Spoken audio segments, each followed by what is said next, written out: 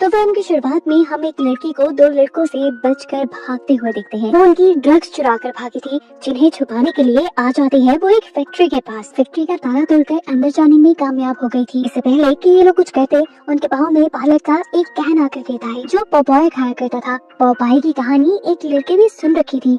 अपने आप को कूल दिखाने के लिए उसने पॉपॉय को बोला, अगर तुम अपनी भलाई चाहते हो तो यहाँ से चले जाओ। उसकी बात से पॉपॉय को गुस्सा आ गया। उसने अपना मोटा बड़ा सा हाथ बढ़ाकर उस लड़के को अंधेरे में खींचा और पूरी तरह से चीर फाड़ कर उसकी बॉडी के सारे ऑर्गन्स बाहर निकाल कर फेंक दिए। अपनी जान बचाने के लिए दूसरे लड़के ने लड़की के गले पे चाकू रखकर पॉपॉय को ब्लैकमेल करना चाहा, लेकिन इस लड़के की ये हरकत उसी के ऊपर भारी पड़ गई। पॉपॉय ने लड़की को बचाने के लिए हल्का सा उसका हाथ झटका ही कि उसका हाथ टूट गया। उसके बाद पॉपॉय ने अपने दोनों हाथों के दरमियान में उसका मुंह रखकर उसके पूरे मुंह को जैसे निचोड़ दिया और वो लड़का वही मर गया। पॉपॉय ने उस लड़के की काफी मदद की थी, लेकिन लड़की डरकर पॉपॉय से कहती है, तुम तो एक मॉन्स्टर निकले। ये सुनकर पॉपॉय को गुस्सा आ जाता है। इसी गुस्से में उसने लड़की को भी मार डाला और यहाँ पे हमें मूवी का टाइटल दिखाया गया, पॉपॉय द स्लेयर। फिर हम नेक्स्टर नाम के एक लड़के को देखते हैं जिसे पॉपॉय के ऊपर एक डॉक्यूमेंट्री बनानी है। उसी फैक्ट्री में जाकर इस फैक्ट्री को हम पहले भी देख चुके हैं। इस सब में उसकी साथी थी ओलिविया और ये दोनों इस फैक्ट्री में अपने 3 और दोस्तों के साथ जाने वाले थे। फैक्ट्री के अंदर हम फैक्ट्री के मालिक लेक्स को देखते हैं जो एक स्टेट एजेंट से ये फैक्ट्री बेचने की बात कर रहा है। स्टेट एजेंट कहते हैं, मैं ये फैक्ट्री बिकवा तो दूं, लेकिन उससे पहले जरूरी है कि इस फैक्ट्री से रिलेटेड रूमर्स खत्म हो जाए। लेक्स ने पूछा, कैसे रूमर्स? तो लड़की ने कहा, आज से 20 साल पहले इस फैक्ट्री को सील किया गया था क्योंकि यहाँ के स्पिनिच में कुछ इन्फेक्शंस पाई गई थी, और अगर वो खबर झूठी थी तो इसके बाद आज तक ये फैक्ट्री चली क्यों नहीं? और अगर ये सब नहीं तो क्या यहाँ पे सच में पॉपॉय रहता है? अभी वो लोग बात ही कर रहे थे कि यहाँ से लेक्स को अजीब सी स्मेल आने लगी। वो चेक करने के लिए आगे बढ़ गया, जबकि पीछे इस खड़ी हुई लड़की को डर लगने लगा। एकदम से उसे भारी कदमों की आवाज सुनाई देने लगी जो तेजी से उसी की तरफ बढ़ रहे थे।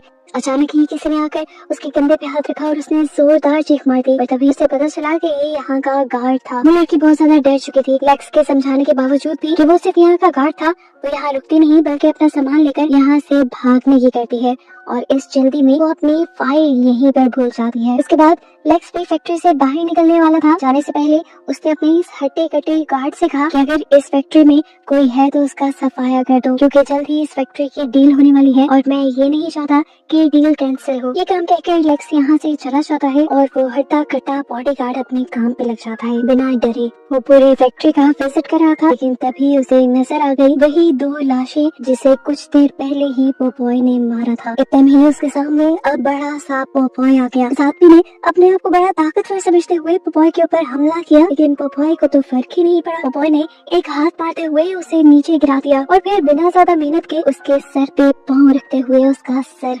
कुचल दिया और उसे भी मार दिया। इधर हमें दोबारा उन दोस्तों के ग्रुप को दिखाया जाता है।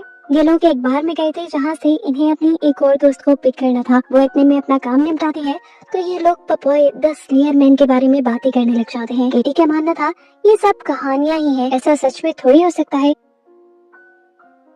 इनकी बातें पीछे बैठा एक बूढ़ा आदमी भी सुन रहा था जो इनसे कहता है, तुम इन बातों को मजाक नहीं समझो, उस फैक्ट्री में सच में आज भी पॉपॉय द स्लेयर मैन जिंदा है और वो वहाँ अपने प्यार का इंतजार कर रहा है। अगर तुम सबको अपनी जान प्यारी है तो वहाँ बिल्कुल मत जाना। इनकी इन्हीं बातों के दौरान यहाँ पर केटी का बॉयफ्रेंड और उसके कुछ आवारा दोस्त भी आ गए। उसके बाद ये सब लोग मिलकर फैक्ट्री के लिए निकल जाते हैं। फैक्ट्री के पास जाते ही ओलिविया को फैक्ट्री की विंडो पे कोई खड़ा हुआ दिखाई दिया जो कि पॉपॉय ही था, लेकिन पलक झपकने जितने वक्त में वो वहाँ से गायब हो गया। अभी फैक्ट्री पे तो ताला लगा हुआ था, डॉक्यूमेंट्री बनाते कैसे? ये लोग ताला तोड़ने का डिसाइड करते हैं, लेकिन उसकी जरूरत ही नहीं पड़ती क्योंकि ओलिविया 1 ही मिनट में ये ताला खोल देती है, ऐसे जैसे उसका ये रोज का काम हो। फैक्ट्री के अंदर आने पर हम देखते हैं कि केटी के पास उसके बॉयफ्रेंड की कॉल आती है जिसे वो उठाने के बजाय काट देती है, और ऐसे उसका बॉयफ्रेंड गुस्से से पागल होने लगता है। उसके जहन में पता नहीं क्या चल रहा था, लेकिन उसके दोस्तों ने उसके गुस्से की आग पे तेल का काम किया और कहा कि कहीं तुम्हारी केटी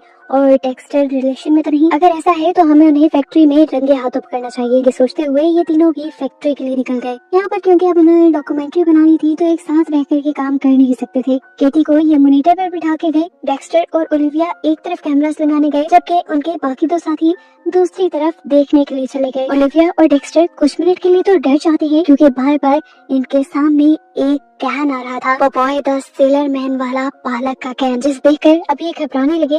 लेकिन कुछ ही देर में उन्हें पता चल गया कि इस फैक्ट्री में कुछ कबूतर हैं जो ये कैन्स उनके सामने गिरा रहे थे। अभी उन्हें फिलहाल इसी बात पे भरोसा है कि पॉपॉय यहाँ नहीं है। हालांकि वो ये बात नहीं जानते कि पॉपॉय अपनी सिगार जलाए इनके पीछे ही खड़ा था।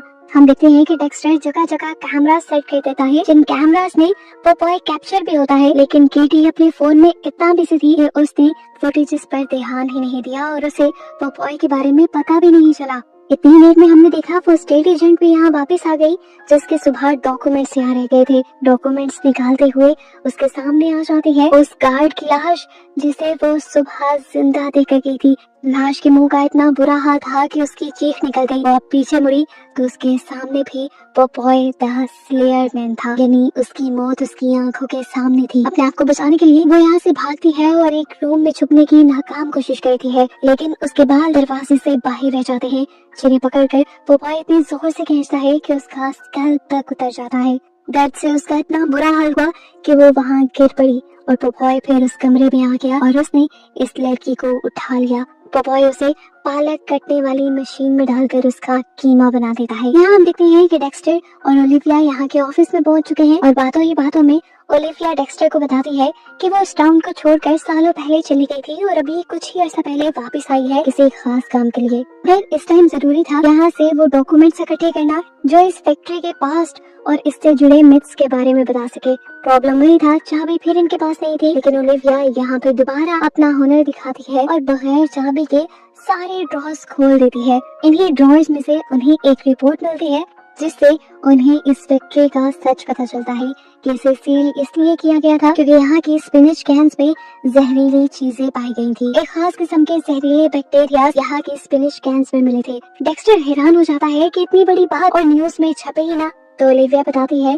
कि लेक्स आधे से ज्यादा शहर का मालिक है, उसकी पहुंच बहुत ऊपर तक है, ये बात कवर करना उसके लिए बड़ी बात नहीं थी। अभी वो ये सब बातें ही कर रहे थे कि उनके बाकी दोनों साथी भी इसी रूम में आ गए और ये चारों अब एक साथ आगे बढ़े। एक ऐसे रूम में गए जहाँ दीवारों पे एक पोएम लिखी थी।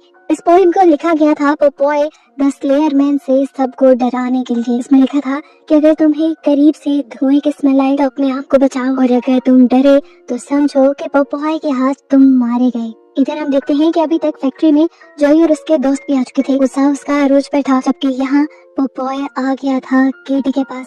केटी जो बिल्कुल अनजान थी, एकदम से पॉपॉय को देखने पर उसने जोर से चीख मारी और अपनी जान बचाने के लिए यहाँ से भागी। वो जॉय से टकरा गई। इससे पहले कि वो जॉय यानी अपने बॉयफ्रेंड को कुछ भी बताती, गुस्से में जॉय इसकी कोई बात नहीं सुनता और उसका फोन पकड़कर ही तोड़ देता है। पॉपॉय अब इनके पीछे भी आ जाता है। पॉपॉय को देखकर इन तीनों में से एक लड़का शोखा बनके जल्दी से पॉपॉय के सामने आता है और अपना चाकू उसके कंधे में स्टैब कर देता है। लेकिन इतने छोटे मोटे हमलों से पॉपॉय का कुछ होने वाला नहीं था। जिस लड़की ने किया था पॉपॉय उसकी पकड़कर आंखें ही बाहर निकाल देता है। कि देखकर जब दूसरा लड़का सामने आया अपनी गन लिए तो पॉपॉय ने हल्का सा झटका देकर उसका हाथ ही तोड़ दिया। कि देखकर डरकर वो लड़का यहाँ से भाग गया और साथ में जॉय यानी केटी का बॉयफ्रेंड भी अपने दोस्त को यहाँ अकेला बनने के लिए वो छोड़ गया। लेकिन हैरत की बात ये थी कि पॉपॉय ने अभी तक केटी को कुछ नहीं कहा। यहाँ हम देखते हैं कि वो लड़का जो बाहर भागा था वो जल्दी से अपनी कार में बैठकर यहाँ से जैसे ही भागने की कोशिश करता है तो कार आगे ही नहीं बढ़ती। वो पीछे देखता है तो पॉपॉय उसकी कार को पीछे से उठाए हुए था। ये देखकर वो डर गया। कार से बाहर निकलकर वो भागा तो पॉपॉय भी उसके पीछे भागा और एक एंकर मारते हुए उसे पकड़ लिया। इस एंकर की वजह से उसकी मौत हो गई थी, लेकिन पॉपॉय ने उसे ऐसे छोड़ा नहीं। उसकी मौत को वो भयानक बनाना चाहता था। उसने इस एंकर से उस आदमी का गला ही उतार दिया। जबकि यहाँ फैक्ट्री के अंदर हमें दिखाया गया कि जॉय यानी केटी का बॉयफ्रेंड अभी भी इस फैक्ट्री से बाहर निकलने का रास्ता दिख रहा था कि तभी उसे अपने पीछे से किसी के कदमों की आहट सुनाई दी। उसे लगा ये पॉपॉय है। बगैर सोचे समझे उसने गोली चला दी, लेकिन ये तो केटी ही थी। गन की आवाज सुनकर पोपॉय यहाँ आ गया। यहाँ जाइए कौन महत्वा पोपॉय को देखकर केटी को यही मुसीबत में छोड़कर भाग गया। यहाँ अब ये चारों दोबारा दो दो के ग्रुप्स में डिवाइड होकर केटी को ढूंढने के लिए लग जाते हैं। इनके दो साथियों को यहाँ पर एक लाश भी मिल जाती है, जिसे देखकर ये लोग डर जाते हैं और फौरन पुलिस को कंप्लेन करने का डिसाइड करते हैं। अभी ये लोग ये सारी चीजें सोच रहे थे कि इनके सामने दोबारा से पोपॉय आ गया। पोपॉय से बचने की कोशिश में ये लोग भागते हैं तो गलती से लड़के का पाँव किसी चीज में फंसकर वो नीचे गिर जाता है। इस एक्सीडेंट से उसे ज्यादा चोट तो नहीं आई थी, लेकिन उसका पाँव एक नेट में फंस गया था। अपना पाँव आजाद करवाने के लिए वो जैसे ही इस नेट को हिलाता है तो उसके ऊपर पड़े कुछ सरिये के पीस उसके जिस्म पे आकर गिरते हैं और स्टैब हो जाते हैं, जिससे इस लड़के की यही उसकी साथी के सामने मौत हो जाती है। वो लड़की इसलिए भी ज्यादा घबरा गई थी क्योंकि उसका सारा खून इस लड़के के मुंह पे गिर गया था। अभी भी उसके पीछे पोपॉय था, जिसे देखकर वो एक और मर्तबा चिल्लाई और यहाँ से भागने की कोशिश करने लगी, लेकिन पोपॉय से बचकर भागना शायद उसके बस में था ही नहीं। वो ठीक जब उसी जगह से गुजरी जहाँ से अभी उसका साथी गुजरा था, तो वो भी किसी चीज में पाँव फंसने की वजह से नीचे गिर गई, एक उसी जगह पर जहाँ उसका साथी गिरा था। वो अपने साथी के ऊपर गिरी और उस लड़की के अंदर के सरिये उस लड़की के अंदर भी स्टैब हो गए और वो भी मारी गई। यहाँ दिखाया जाता है कि ओलिविया और डेक्स्टर जो इन सारी चीजों से अनजान है, वो एक ऐसे कमरे में पहुंचते हैं जहाँ पर बहुत सारी स्पिनिच कैन्स हैं और वहाँ पोपॉय और उसकी फैमिली की पिक्चर्स भी हैं। यहाँ पर हम पोपॉय के असली फॉर्म को देख पाते हैं। यहाँ पर कुछ खिलौने भी थे कि पोपॉय की बेटी के थे। कुछ न्यूज़पेपर कटिंग्स भी यहाँ पर पड़ी थी, जिनसे इन्हें पता चलता है कि असल में पोपॉय की वाइफ इस फैक्ट्री के अंदर काम करती थी और उसी ने स्पिनिच के जहरीले होने वाली बात लीक की थी, जिसके बाद से ही ये फैक्ट्री बंद हो गई और फिर पोपॉय की वाइफ का कुछ पता नहीं चला। लेक्स ने उसे मरवा दिया। पोपॉय जो उसके प्यार में पागल था, वो उसे ढूंढने के लिए इसी फैक्ट्री में रुक गया। वो आज तक अपनी वाइफ को ढूंढ रहा है, इसी फैक्ट्री में रहकर उसका इंतजार कर रहा है। इस फैक्ट्री में जिंदा रहने के लिए वो वही जहरीला पालक खाता है, जिसकी वजह से उसकी बॉडी डिफॉर्म हो चुकी है, म्यूटेट हो चुकी है और अब वो एक मॉन्स्टर की तरह का इंसान बन गया है। सारी कहानी सुनने के बाद ये लोग अब डर जाते हैं और जल्दी से यहाँ से बाहर निकलने का फैसला करते हैं, लेकिन उससे पहले इन्हें अपने बाकी साथियों को भी तो लेना था। लेकिन मिला क्या यहाँ पे उन्हें अपने साथी की लाशें, जिन्हें देखकर ये लोग बुरी तरह डर गए। डेक्स्टर ने फैसला किया कि ये लोग जल्दी से दूसरे एग्जिट से इस फैक्ट्री से निकल जाएंगे और जैसे ही दूसरे एग्जिट की तरफ बढ़े तो सामने टकराव हो गया डेक्स्टर का पोपॉय से। पोपॉय ने उसका हाथ पकड़ा और उसे लटका दिया।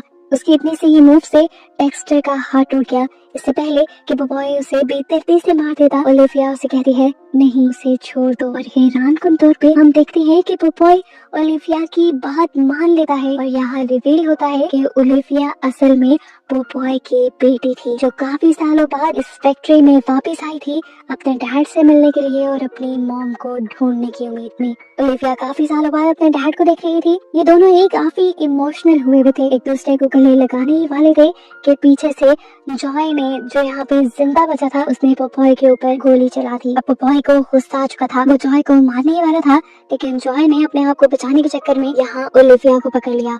लेकिन यही मूव उसकी सबसे ज्यादा गलत। उसने पोपॉय की बेटी को पकड़ा था गुस्सा बढ़ाने के लिए, बस ये काफी ही था। जिस हाथ से उसने पोपॉय की बेटी को पकड़ा था, पोपॉय उसका वही हाथ खींचकर तोड़कर अलग कर देता है और फिर उसके इसी हाथ से उसे सजा देता है, उसे मार मार कर खत्म कर देता है। जब तक पोपॉय ये सब कर रहा था, ओलिविया डेक्स्टर को लेकर यहाँ से बाहर निकल आती है। बाहर जाते ही इन्हें जख्मी केटी भी मिल गई, जिससे गोली लगी हुई थी। अब तक यहाँ पर पुलिस भी आ चुकी थी, जिसे केटी ने ही बुलाया था। पुलिस वाले जब इनका बयान लेने लगे तो ओलिविया ने पोपॉय के बारे में नहीं बताया, बल्कि यहाँ झूठ बोल दिया कि किसी पागल आदमी ने ये सब किया है। पुलिस जब उस आदमी के बारे में पूछती है तो ओलिविया एक और झूठ बोल देती है कि वो आदमी वहाँ से भाग गया, जबकि हमें दिखाया जाता है कि पोपॉय अभी भी विंडो से उन्हें देख रहा था और वो जानता था कि ओलिविया दोबारा उससे मिलने जरूर आएगी, क्योंकि लेक्स की फैक्ट्री में एक और मर्तबा इतना बड़ा हादसा हो गया था तो बहुत सारी बातें बनने लगी। डील भी उसकी कैंसिल होने वाली थी। इसी टेंशन में वो अपनी फैक्ट्री में आया